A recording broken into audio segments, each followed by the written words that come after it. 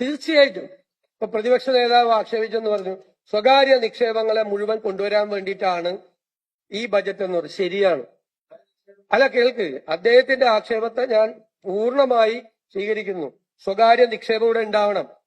ഈ 87,000 കോടി രൂപയുടെ കടവും ഇപ്പൊ കൊടുക്കേണ്ട ബാധ്യതയും 5 ലക്ഷം കോടി രൂപയുടെ കടവുള്ള ഒരു സംസ്ഥാനത്തിന് ഏത് കാര്യമാണ് ഒരു സെക്ടറിൽ, പബ്ലിക് സെക്ടറിൽ തുടങ്ങാൻ പറ്റുന്നത്?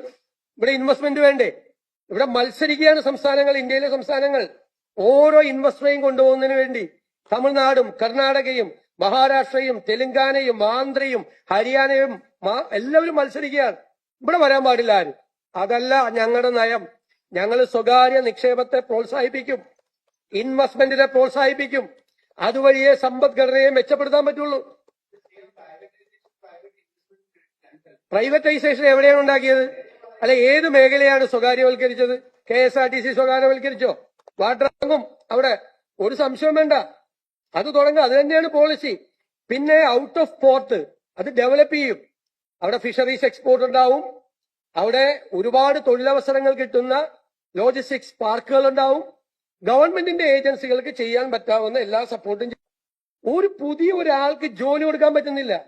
ഉള്ള ജോലിയിൽ നിന്ന് ആള് റിട്ടയർ ചെയ്യുമ്പോൾ കോൺട്രാക്ട് ലേബറെ വെച്ചുകൊണ്ടാണ് കേരളത്തിലെ പബ്ലിക് സെക്ടർ നടന്നുകൊണ്ട് പോകുന്നത്. നിങ്ങളൊന്ന് അന്വേഷിക്കുക.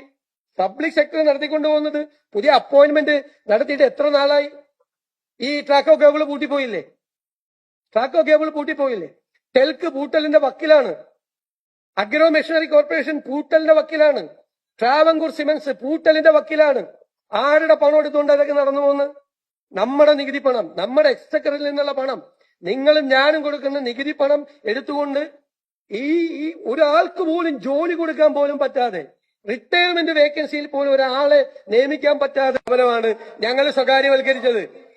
അങ്ങനെയൊന്നുമില്ല. ഇതെല്ലാം എല്ലാ സംസ്ഥാനങ്ങളിലും, കേരളത്തിലെ, ഇന്ത്യയിലെ എല്ലാ സംസ്ഥാനങ്ങളിലെ ഇൻവെസ്റ്റ്മെന്റ് പോളിസിയാണിത്. 25 കൊല്ലം പുറകെ നടക്കുവാണ് കേരളം.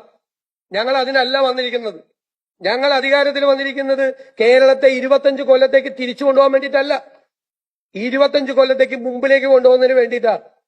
കേരളത്തിൽ എംപ്ലോയ്മെന്റ് ജനറേഷൻ ഉണ്ടാക്കി, സമ്പദ്ഘടനയെ ഉത്തേജിപ്പിച്ച് പണം ഉണ്ടാക്കി പാവപ്പെട്ടവരെ സഹായിക്കാൻ വേണ്ടിയിട്ടാണ്. ഈ പണം കൊണ്ട് വെൽഫെയർ പ്രോജക്റ്റുകൾ നടപ്പാക്കും. 5 പൈസ കയ്യിലില്ല. എന്നിട്ട് വീണ്ടും പഴയതുപോലെ ആവണം, അല്ലെന്നേ, അതിനല്ല ഞങ്ങൾ വന്നിരിക്കുന്നത്. മുഴുവൻ വരുത്തിവെച്ച പിണറായി വിജയൻ വന്ന് ഈ ചോദ്യം എന്നോട് ചോദിക്കണ്ട, ഈ ജീവനക്കാർ മുഴുവൻ അദ്ദേഹത്തോട് തിരിച്ചു ചോദിച്ചോളൂ. ആരാ ഈ കുടിശ്ശിക ഉണ്ടാക്കിയത്? ഞങ്ങളാണോ? പറയണതിനൊരു ഔചിത്യം വേണ്ടേ? അദ്ദേഹം ഉണ്ടാക്കി വെച്ച അദ്ദേഹത്തിന്റെ സർക്കാരാണ് ഈ മെഡിസെപ്പ് തകർത്തത്. ജീവനക്കാരുടെ പരാതി 10 കൊല്ലം മുമ്പുണ്ടായിരുന്ന ഉമ്മൻചാണ്ടി സർക്കാരിനെ കുറിച്ചാണോ? DA കുടിശ്ശിക വരുത്തിയത് ഉമ്മൻചാണ്ടി സർക്കാരാണോ? DR കുടിശ്ശിക വരുത്തിയത് ഉമ്മൻചാണ്ടി സർക്കാരാണോ? അല്ല. ലീവ് സറണ്ടർ അടിച്ചു മാറ്റിയത് ആരാണ്? എത്ര